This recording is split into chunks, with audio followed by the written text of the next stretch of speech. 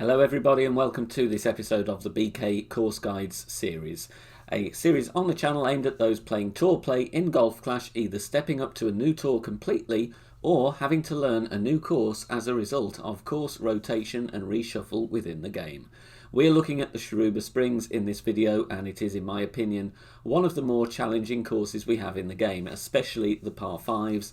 They are long and they are difficult, and that is, in my opinion, the case regardless of tour and tee box that you are playing from.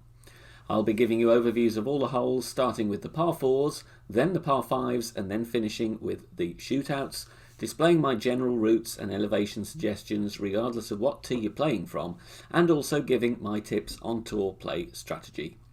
With the shootouts, I'll be giving my thoughts on how near you need to be to the pin in order to have a good chance of winning the game. Before we get started, don't forget to hit thumbs up if you're enjoying the content here at BK Golf Clash. Please do become a subscriber as well and hit the bell button to get your notifications when we go live or upload new content. There will be timestamps in the video description down below if you want to skip ahead to a certain hole. Good luck, and let's start by looking at the par 4s. So the first of the par 4s that we have on screen here, and we've got a choice of two routes here. Black line is really the more aggressive route and the one I favour, especially if we have some nice tailwind or tail crosswind. Landing where the red cross is bouncing over the rough and the sand, obviously you may need to back up your landing position slightly depending from what tee you're playing. But you're going to be wanting some topspin here and get yourself towards the tip of that left-hand area of fairway. 10% extra on the drive from there. Assuming all goes well, you've got a very, very good chance at a drop. Actually, it's not a must eagle by any stretch of the imagination, but it is an easier drop than the right-hand side. So it's minus 10% for the second shot, and this is going to be a long iron. So obviously go with what you've got available to you in the bags that you're using, but I would favour ball guide here, so the Grizzly is a very good option if you do have it. So 10% extra on the drive, minus 10 at least for the second shot. Right hand side, if we do have any form of headwind, is the play for me, and you just got to thread the needle down the fairway there. So 10% for that one. Obviously, once again, you need to go with topspin as well, but don't want to be risking the rough on the left or the right, and definitely not the sand, because depending on what the wind is doing, you will have a job to reach the green in two. Second shot from there, again, it depends how much topspin you've got, but you are playing with the wood club to get you to the green, and I've put 0% elevation here. However, obviously, if you do have stronger wind on the second shot, especially direct headwind again, then I would adjust either max numbers rather than mid, and maybe go 10% rather than 0. Now onto this one. Once again, two choices here, to be honest, and again, it's all depending what the wind is doing. The preferred line for me is the black line on the right hand side. That is the slightly more aggressive option in terms of the second shot at least. 10% extra on the drive, and once again going to need topspin, but you will need to play accurately as the fairway is not too wide there towards the tip of the first arrow. Get yourself down there with your driver. If you've got the ability to play with the rock or the quarterback, which isn't going to compromise you in the shootout, then that would be ideal here. If you hit rough or the sand, you may not easily reach the green in two due to the wind direction on the second shot. Second shot here on the black line, I've put 0%, but sometimes we do play a negative elevation here as well. But the best option is, if you feel confident adjusting for all the different wind angles, go with the rough bump with your long iron. And once again, ball guide is good for the rough bump. If you have it, you want to get that ball guide to the cup. So the Grizzly is very good, but again, you need to evaluate what shootouts you've got to deal with in your tour play scenario as well. If we do get challenging wind, then left side is the play. And once again, we'll need some topspin to bounce over the rough. Landing position marked with the blue cross. 10% again on the drive. And from there, I've put 10% on for the second shot because it is slightly more downhill than the black line. And here, this is more than likely going to be with the wood club. You can't really play aggressive with any rough bump here, so you're just going to have to do a bounce up and get yourself on the green, hopefully for a long eagle. But if not, just play a very safe birdie and get yourself to the shootout. Final par 4, and again a choice of two routes, and this is, I think, the most interesting of the par 4s that we do have. The usual approach here is going on the black line on the right side, and that is bouncing over to that little weird shaped fairway in the middle. But you will need some backspin here, so make sure you do have, I would say, at least 4 bars to bounce over where the red crosses, but you don't want to roll along and in the rough, because once again, if you do have a challenging wind on the second shot, your rough iron is not going to reach the green, for example, if you do have headwind. So be careful here. You want to play a drive that is controlled but also accurate. 20% downhill is the approach on the drive, and the second shot from there I've put at 30. Some people play it at 25 though, and that is going to be a sniper or alternative wood club, and that's going for a rough bump. Bouncing where the red crosses, you've got a very good chance of dropping eagle from there. If you want to put a power ball on, there is of course a send it, but then you do have to work out whether it's really worth the risk, and also whether your opponent is playing that route as well. But that's obviously a decision for you to take, but you will need strong tailwind to really get down there. White line on the left is also very, very interesting. 20% on the drive. You will need a drive with distance though, so the rock and the quarterback will be ruled out. But bounce over with topspin, then that is going to leave you a 0% wood club shot for the second shot. But a very clear route to the pin. It's a standard bounce rather than a rough bump. So again, you're just going to have to go with what suits the wind direction, your clubs and your playing style on this par 4. If you are enjoying this guide, be sure to check out the channel homepage on YouTube or visiting bkgolfclash.com, where you'll find lots of other Golf Clash content, including general walkthroughs for all tournaments in the game, main tournaments, major tournaments and also 9-hole cups. On to the dreaded par 5s of the SHIRUBA Springs, and these are not easy, so you're going to be loading a power 3 ball here. All divisions go with a minimum of a power 3. And again, you've got a real dilemma of what wood club you want to use as well, because of course if you've got a 180-yard wood club, then use that. However, if it's going to disadvantage you in the shootout, then you may need to reconsider and just kind of play wind and opponent lottery depending what happens. The drive is going to be the same regardless of what route you take later on. Bouncing over there on that little patch of fairway, 10% extra, and you're going to go with max topspin possible. And the idea is, of course, you're going to get down there towards the tip of the arrow without risking the rough on the right. It does slope down as well there, so you will hopefully be able to catch a bit of a slope on the fairway and get some decent distance. From there, you're really going to have to depend on the wind and what wood club you have. The aggressive option, if you do have some tailwind and you've got a wood club with distance, play the black line. 10% extra you will most likely need to push up, and most likely need to go with overpower as well. If you can bounce where that red cross is, do so. Go with as much topspin as you can and try and get into wedge range or min distance short iron. The third shot there would play at -10 because it's uphill. If you don't have the wind for that, you can of course lay up on the left, plus 10% going with some curl, topspin and right spin. That will leave you then a long iron approach, which also plays at -10. If you don't fancy that, kind of between the white and the black arrow there, that little piece of fairway between the two bunkers, you can also lay up there if neither of the other options suit. But this is one you just need to play it safe.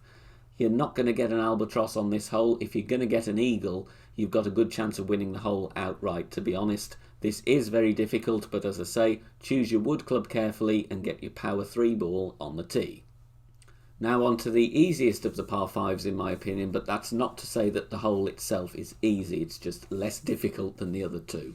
10% extra on the drive, and again, if you do have the clubs and the balls for it, the blue line is a good option really for front tee, because most likely you're going to lack driver with curl and a great amount of topspin. So if you can stretch out, go with overpower and a power 3 ball again, and try and bounce. If you do have tailwind on that central pad, you've got a good chance of rolling out onto the fairway. If you don't fancy that, and definitely if you're playing from middle or rear tee, the black line is going to be the route, and that is going with some topspin, 2 to 3 bars of side spin to the left, and a good amount of curl. Now the problem here is getting the curl right, because if you clear the fairway, if you over curl it, you're going to end up in the rough on the left. If you undercurl it, you're going to end up in the rough on the right. So experience will teach you how much you need to use according to what wind you have to deal with. Either way, 10% on the drive. Second shot from there is going to be a wood club because this hole is still long and you will not be in long iron range. So wood club with ball guide is good if you've got it and you want to play aggressively, go for the rough bump. Minus 20%. However, bear in mind, great left may put you directly into the sand and there is some glitchy parts here as well. So choose that carefully. If you don't fancy the rough bump, of course, you can always play a bounce up shot as well to get you in wedge range to the green for an eagle wedge. So 10% on the drive, minus 20 for the second shot, but as I say, you will need once again a power 3 ball. And the final par 5, once again, power 3 ball at the ready. 0% on the drive here. There's only really one route to go, to be honest, so you just got to make the most of what wind conditions you have. 0% on the drive, I would be going in crosswind. If you do have headwind or tailwind, then I would back up slightly, especially in tailwind, go with 10% so that you don't land in the rough directly. You're going to need to go with a load of topspin though here. The big topper is good for rookie division. Higher up in the divisions and the tours, then obviously Thor's Hammer, Apocalypse, anything that gives you 6+ bars of topspin is good. And you will need to bounce over that massive patch of snowy rough and get yourself down the fairway. Again, you've got wood club dilemma to deal with here. A 180 yard club is going to be needed, to be honest, to have a decent chance of reaching green in all wind conditions. And I will be going with the one that gives you the most topspin. The Horizon is very good for topspin and ball guide. Okay, it's not the most accurate, but it will get you down there. Cataclysm and Big Dog, you're going to have to weigh up which level you've got in each club and which one is the best. And also bear in mind, of course, the shootouts as well, because there's no good going into a shootout with a club that doesn't have any decent spin that gives you a chance of winning the hole. So just weigh up what is in the tour that you're playing, and that will help you decide what to go with here. 10% on the second shot, obviously, like I said, max top spin, some side spin to the right, and it will need right curl as well. But just play sensibly, try and get down there for an eagle, look at what your opponent doing as well. That is all about tour play strategy, and there's obviously no need to take any stupid risks. If your opponent has gone first and gone into the rough on the drive, all you need to do is play fairway and greens to get yourself the outright win. Alright, then on to the shootouts we go, and really only one route here. It's a straight shot to the green, and the tee boxes do not vary. They're all in a straight line here, so we haven't got to look at too many options. But there are some options depending on obviously what clubs you're using, what wind you have, and the landing position.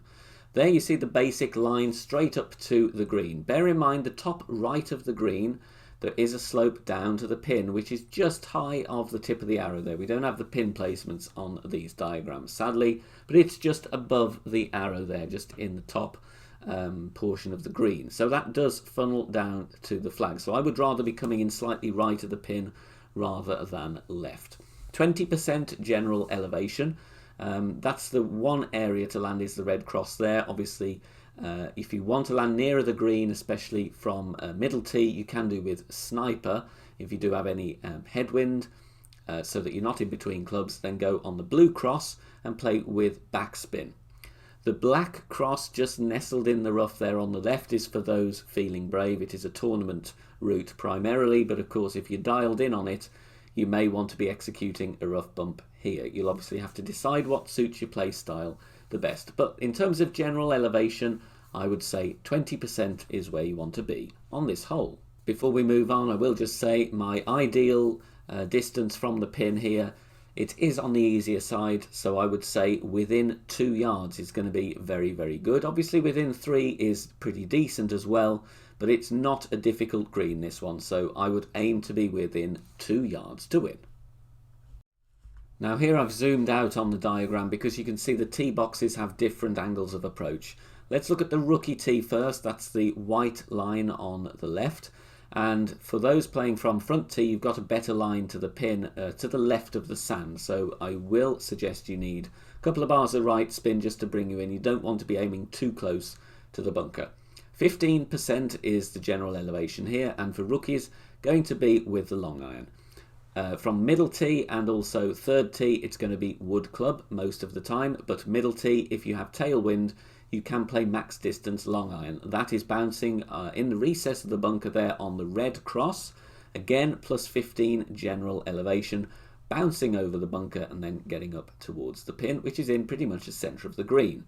If we do have any headwind, I would be playing middle tee with the sniper, and that's landing where the white cross is with some backspin and left spin and probably some left curl as well.